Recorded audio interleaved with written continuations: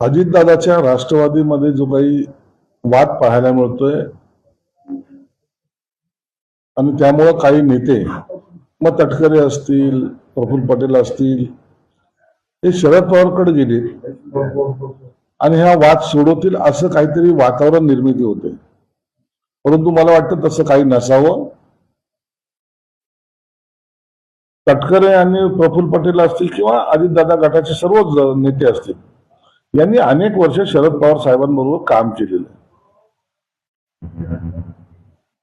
पक्ष विलीन होणार होता ह्या चर्चा पूर्वी होत्या. त्यानंतर आता त्या चर्चेला जेव्हा फुल स्टॉप मिळाला तेव्हा पक्ष फुटीच्या मार्गावर आहे की काय अशाही चर्चा सुरू झाल्या. म्हणून कदाचित सुनील तटकरेने यामध्ये मध्यस्थी करण्याचा प्रयत्न केला असावा आणि शरद पवार साहेब यात काहीतरी निर्णय घ्यावा.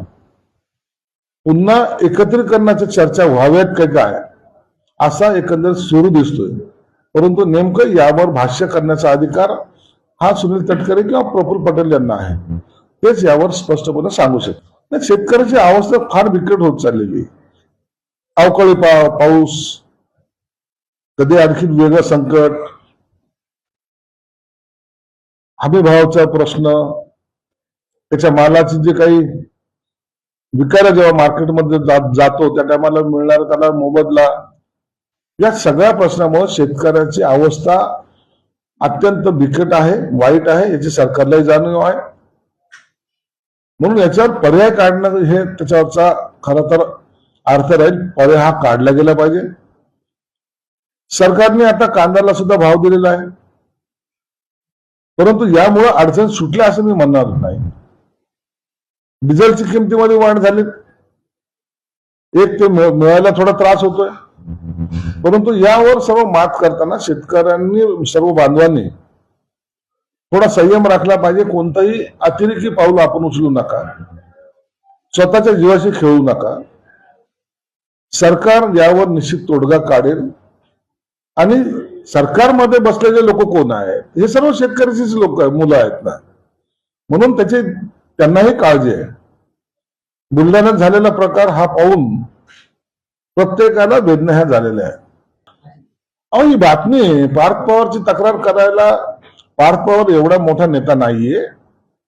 सुनेत्रा वहिनीबद्दल तर ठीक आहे, पार्थ पवार, जय पवार यांच्या तक्रारी करणं, मला वाटतं अशा काही प्रकार झाला नसाल. त्यांच्या अंतर्गत पक्षाच्या विषयी काही चर्चा झाली निश्चित असावी, परंतु त्याची माहिती आम्हाला नाहीये. अरे हा त्यांच्या पक्षाच्या अंतर्गत प्रश्न आहे ना, त्याला आपण काय उत्तर देणार? पक्षामध्ये कुणी काय निर्णय घ्यायचा हा ज्या त्या पक्षाचा अंतर्गत निर्णय आहे. उबाट्यामध्ये नाही का युवा पुत्र ते निर्णय घेतात. म्हणून कोणी निर्णय घ्यायचा आणि कुणाला अधिकार बहाल करायचे त्या पक्षाच्या प्रमुखांनी ठरवलं पाहिजे. तर बघा, अशा वेळेला ज्यांना पक्षामध्ये काम करण्यापासून रोखलं जातं किंवा ज्यांच्यावर अन्याय होतो ते निश्चित दुसरा मार्ग स्वीकारतात. आता तुम्ही पाहिलं असं ठाण्यामध्ये परंजपे आता शिवसेनेत आलेले आहेत. त्यांनाही वाटतं की या पक्षामध्ये राहून आपलं भवितव्य ठीक नाही, म्हणून असे अनेक लोक या पक्षातून त्या पक्षात जायच्या प्रक्रिया मला वाटतं आता सुरू झाली. कुणाला काय वाटतं हा ज्याचा त्याचा प्रश्न आहे, त्याच्यावर आम्ही भाष्य करणार नाही. मला वाटतं जरांगे पाटलांनी गेल्या 3-4 महिन्यापूर्वीच या बाबतीबद्दलचा इशारा सरकारला दिला होता. सरकारने सुद्धा त्या इशाऱ्याला गांभीर्याने घेतलेला आहे. स्वतः विखे पाटीलांनी जरांगेंची भेटही घेतली होती.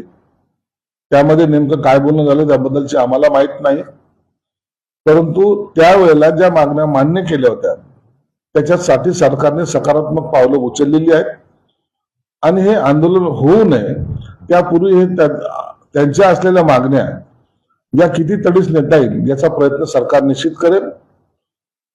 आंदोलन हा त्यांचा अधिकार आहे, म्हणून आज मला वाटतं जरांगे पाटलांनी जे प्रेस घेत आहेत त्यामध्ये ते त्यांच्या आंदोलनाची दिशा स्पष्ट करतील. परंतु सरकारची भूमिका ही मराठा समाजाला आरक्षण देण्याची, परंतु इतर समाजाच्या आरक्षणाला धक्का न लावू देता ही आहे, होती आणि राहील.